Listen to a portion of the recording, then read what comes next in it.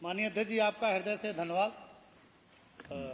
माननीय अध्यक्ष जी, आज पूरे प्रदेश में अन्ना गौवंशों की बहुत बड़ी समस्या है और किसान बहुत ही ज़्यादा परेशान है और केवल किसान ही नहीं अपितु आम जनमानस भी बहुत ज़्यादा परेशान है। किसान रात दिन लाठी लिए इन अन्ना गौवंशों से अपने खेतों की रक्षा के लिए घूमता है।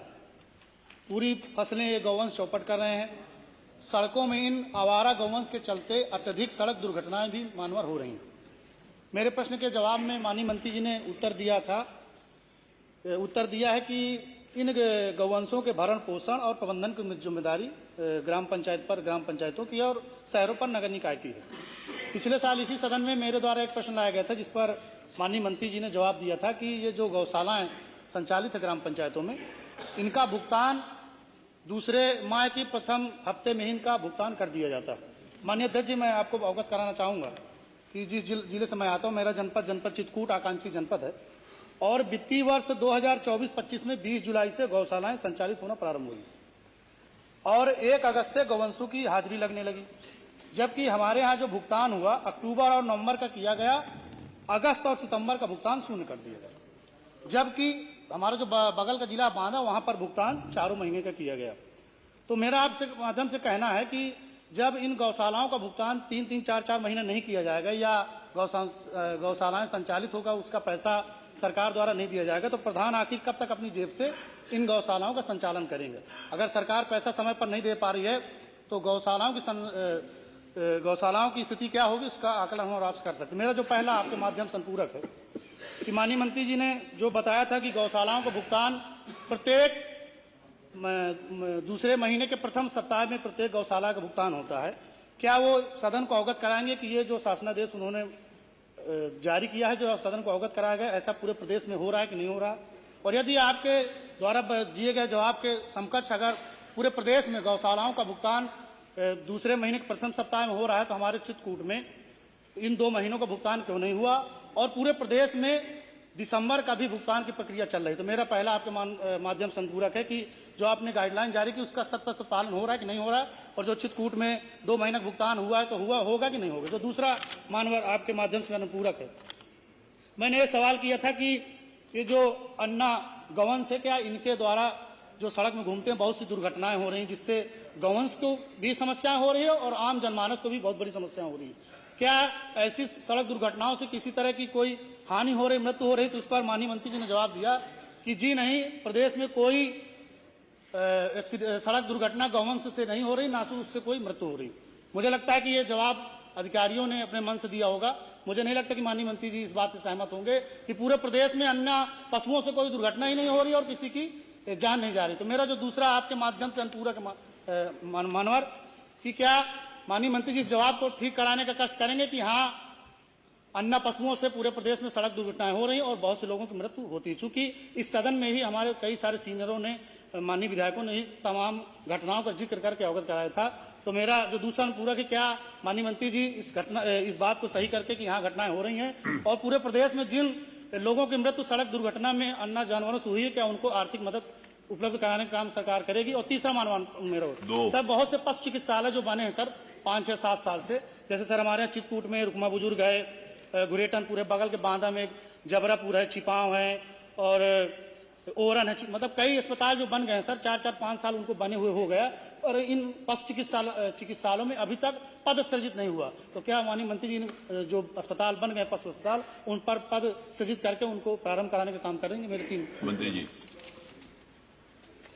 माननीय अध्यक्ष जी, माननीय सदस्य को बड़े विस्तार से उत्तर दे दिया गया है, फिर भी मनबरेरों ने अन्ना पशुओं के बारे में पूछा है।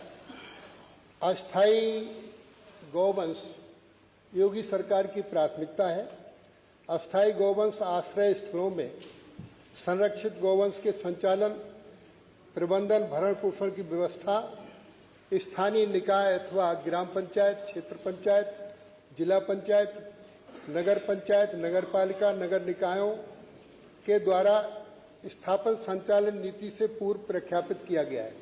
मन पर मुख्यमंत्री योगी आदित्यनाथ जी को मैं बधाई देना चाहूंगा।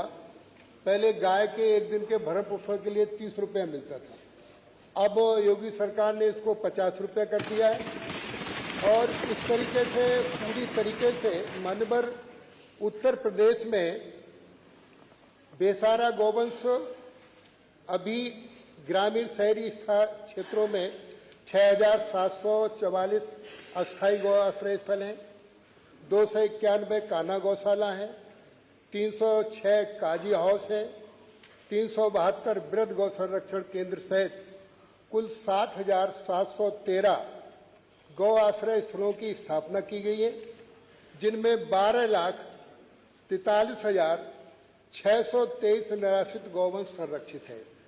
मानवर उसके अतिरिक्त माननीय मुख्यमंत्री सहभागिता योजना के अंतर्गत 1,05,139 पशुपालकों को 1,62,625 गौवंश सुपुर्दगी में दिए गए हैं। मानवर योगी सरकार इन निराश्रित गौवंशों के संरक्षण के लिए एक दिन में 7.5 करोड़ रुपया खर्च करती है और मानवर निरंतर ग्राम पंचायत स्तर पर ये जो निराश्रित गौवंश है, बीडीओ, बीओ, माननीय मुख्यमंत्री जी ने 6 विभागों की एक कमेटी बना दी है, जिसमें ग्राम पंचायत विभाग, नगर विकास, पंचायती राज, राजस्व, पुलिस और पशुधन डीएम की अध्यक्षता में मानवर ये कमेटी बनी है। जहां भी ऐसी स्थिति आती है वहां पर निराश्रित गौवंश को पकड़कर गौशालाओं में भिजवाने का काम करते हैं और कहीं भी इस तरीके से पशुओं के द्वारा अब कोई भी फसल को नुकसान पहुंचाने का कोई शिकायत नहीं है। मानवर जहां छुट्टा पशुओं की उन्होंने रोड एक्सीडेंट की बात कही है, रोड एक्सीडेंट में अब हम हाईवे के किनारे बसे गांवों पर, सड़कों के किनारे बसे गांवों पर इन गायों के गले में रेडियम बेल्ट पहनाएंगे। रात के अंधेरे में गाय सड़क पर आती थी, बैठ जाती थी, एक्सीडेंट से टकराकर गाय भी मरती थी, व्यक्ति भी मर जाते थे। जहां सांड के द्वारा मरने से कोई दुर्घटना हुई है वहां राजस्व विभाग के द्वारा 4 लाख रुपया देने का काम किया जाता है। इस तरीके से कोई भी उत्तर प्रदेश में अब निराश्रित गौवंश कोई भी समस्या नहीं है। हम किसानों के खेतों में अब गौवंश जाने से रोकने का काम किया गया है। मानवर पशु सेवा अस्माकम धर्मा, पशुओं की सेवा करना हमारा धर्म है। धार्यति सा धर्मा, जो धारण किया जाता है वो धर्म है। आंख का काम है अच्छा देखना, कान का काम है अच्छा सुनना, मुंह का काम है अच्छा बोलना। न मानवर इन्हें अच्छा दिखाई देता है, न अच्छा सुनाई देता है, न अच्छा बोलना आता है। इस तरीके से ये समस्या खड़ी करने का काम इनकी आदत है। आदत है ना आपकी, अच्छा जवाब दिया। मैं माननीय मंत्री से जानना चाहूंगा कि अभी ये में फोटो है, चलिए कम से कम आपने स्वीकार किया, क्या उस अधिकारी के खिलाफ आप कार्रवाई करेंगे जिन्होंने जवाब दिया कि नहीं कोई जानवरों से टकराकर कोई सड़क दुर्घटना नहीं हो रही, कोई मृत्यु नहीं हो रही? पहली बात। दूसरी बात, अगर आपने अवगत कराया कि 4 लाख रुपए की आर्थिक मदद आपके द्वारा की जा रही है, इसी सदन पर हमारे नेता पूर्व मुख्यमंत्री आदरणीय अखिलेश यादव जी ने एक लंबी सूची सरकार को उपलब्ध कराई थी। मैं आपके माध्यम से जानना चाहूंगा कि 3 साल के सरकार में, इस सरकार में कितने लोगों की आर्थिक मदद हुई है जिनकी सड़क दुर्घटना में सांड से या जानवर से मृत्यु हुई है? कितनी राजस्व विभाग सरकार ने मदद की? सूचना नहीं है, वो राजस्व विभाग करता है। मंत्री जी ने बताया कि वो राजस्व विभाग देता है। पर संख्या 6 श्री पंकज पटेल।